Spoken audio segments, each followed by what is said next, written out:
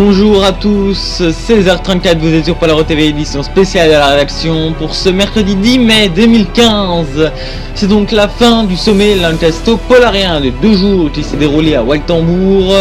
Mais tout d'abord, on écoute Aurélien Cassel lors de son discours de clôture. Les sommets lancasto-polariens ne sont pas simplement de grandes cérémonies, ce sont avant tout des moments de partage et d'amitié avec l'un des pays du monde avec lequel nous avons le plus de liens, et aucune polémique ne pourra le défaire. Nous ne sommes pas toujours d'accord sur tout, mais nous nous efforçons chaque jour à garder ce lien privilégié qui unit nos deux pays. Et ce même si parfois c'est difficile.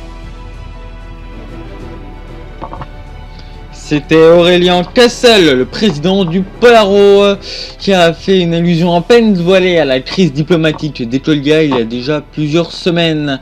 On va sans attendre retrouver Aurore Desplanes en direct de Waltembourg, où les délégations sont en train de repartir en ce moment même. Bonjour Aurore. Oui, exactement. Comme vous pouvez le voir derrière moi, les deux convois diplomatiques sont en train de quitter le palais où Aurélien Cassel et Kathleen Vaillancourt ont discuté pendant 2 jours. Alors justement, la première ministre lancasterienne est repartie cette nuit, car elle avait ce matin un sommet de l'eau. N est de l'eau. T. À Lancaster, elle est donc repartie quelques heures avant la fin officielle de ce sommet lancasto-polarien. Cependant, tout était globalement déjà conclu dès hier soir. La liste définitive de tous les accords est attendue d'une minute à l'autre, même si on connaît déjà un peu son contenu par la voix de certains PDG d'entreprises présents ici à ce sommet. Par exemple, la création d'une bourse pour protéger la forêt au sud-est du Lancaster et au nord du Polaro, qui se trouve dans les Alpes.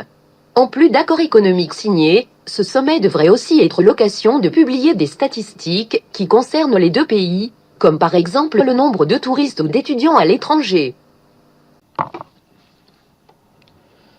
Merci Aurore, on retourne vers vous dès que vous aurez plus d'éléments à nous communiquer. Donc vous le rappeliez, un communiqué complet devrait tomber dans les prochaines minutes. Il devrait venir de la présidence du Polaro. Ce sommet bilatéral aura donc une durée de 3 jours, même si Kathleen Vaillancourt aura dû partir au 2e seulement. En effet, l'ONN se réunit aujourd'hui en sommet elle aussi pour décider de l'avenir de l'Helvénie, pour l'instant assez isolée dans son OTE de l'organisation du traité d'Édimbourg. C'est bon, le communiqué vient de nous parvenir, on retourne tout de suite à Waltembourg, priorité au direct. Bonjour, rebonjour Aurore, plutôt, il y a des annonces très importantes dans ce communiqué apparemment. Oui, effectivement, c'est une série d'annonces qui vient de nous parvenir. Au niveau économique, pour commencer, on annonce une entrée du Lancaster dans le capital d'Elio à hauteur de 45%, soit à la même hauteur que le Polaro. L'Urbania, qui était le fondateur avec le Polaro de cette entreprise, chute lui à 10%. Il faut bien dire que les deux crises d'Urbania ont énormément fragilisé la firme high-tech. Elio devient donc la première entreprise dans la high-tech dans le monde entier, avec près de 154 millions de clients. Dans ce communiqué, on apprend aussi que le Lancaster a passé une commande de près de 120 milliards de livres nordiques pour un rachat de tout le matériel destiné à son armée de terre et à son armée de l'air, ainsi que la commande de 2 navires de guerre.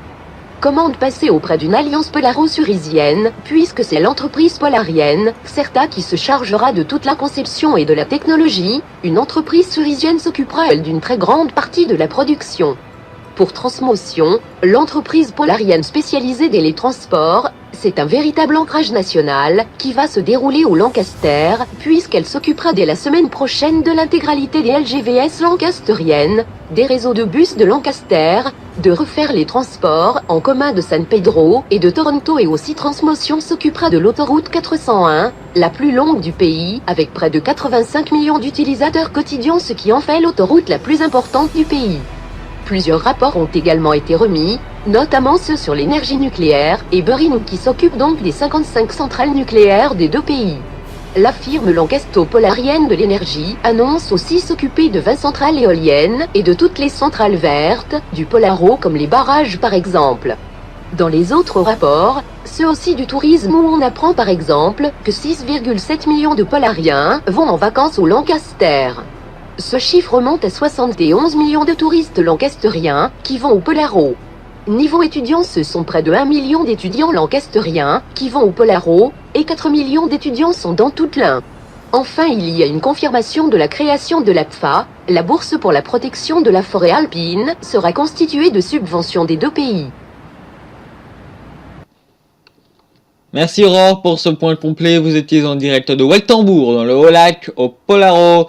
Je voudrais revenir ici, déjà en plateau, déjà sur cette annonce d'une commande militaire pour 120 milliards de livres nordiques.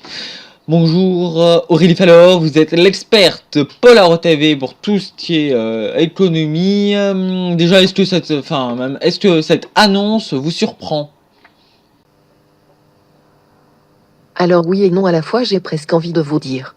D'un côté il y a le nom, car le Polaro est assez réputé pour toutes les technologies même si on parle beaucoup moins souvent de celles militaires, et le Lancaster avait, comme choix logique de demander au Polaro de lui produire ses armes, car au moins il sait qu'il pourra avoir un très bon suivi et une technologie de pointe dans ses appareils, surtout au vu du montant astronomique de la commande. Mais en même temps il y a toute une partie de moi qui dit oui. Demander au Polaro de faire des armes, c'est comme à première vue demander au Lancaster de faire de l'écologie, même s'il y a de plus en plus de contre-exemples ces temps-ci. Et aussi je voudrais juste poser une question. Pourquoi commander pour 120 milliards d'armements en temps de paix ? Même si le matériel était vieillissant, le Lancaster veut très certainement montrer que c'est une grande puissance militaire. Et enfin de toute façon cette annonce est une très bonne nouvelle pour l'économie polarienne, qui commence à les accumuler ces temps-ci, mais c'est surtout une lueur d'espoir pour le Cerise. Produisant les futurs bolides et autres armes de guerre, c'est une commande qui devrait sortir du chômage technique, une branche qui est un peu en mal de clients en ce moment, ayant désormais un carnet de commandes bien rempli jusqu'en 2020, date où les derniers avions et bateaux devraient être livrés au Lancaster. Et Aurélie, on a aussi appris l'entrée du Lancaster dans le capital d'Hélios.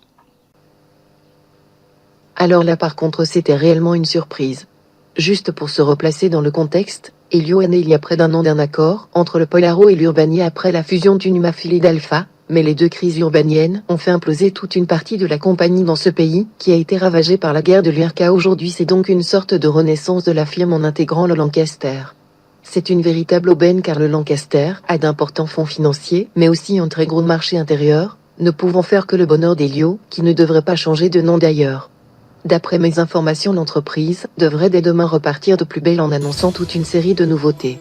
Le groupe revendique près de 142 millions de clients dans 8 pays du monde et Adway est très certainement dépassé, mais enfin les prochains jours seront décisifs pour la renaissance du Phoenix, comme disait le PDG du groupe. Merci.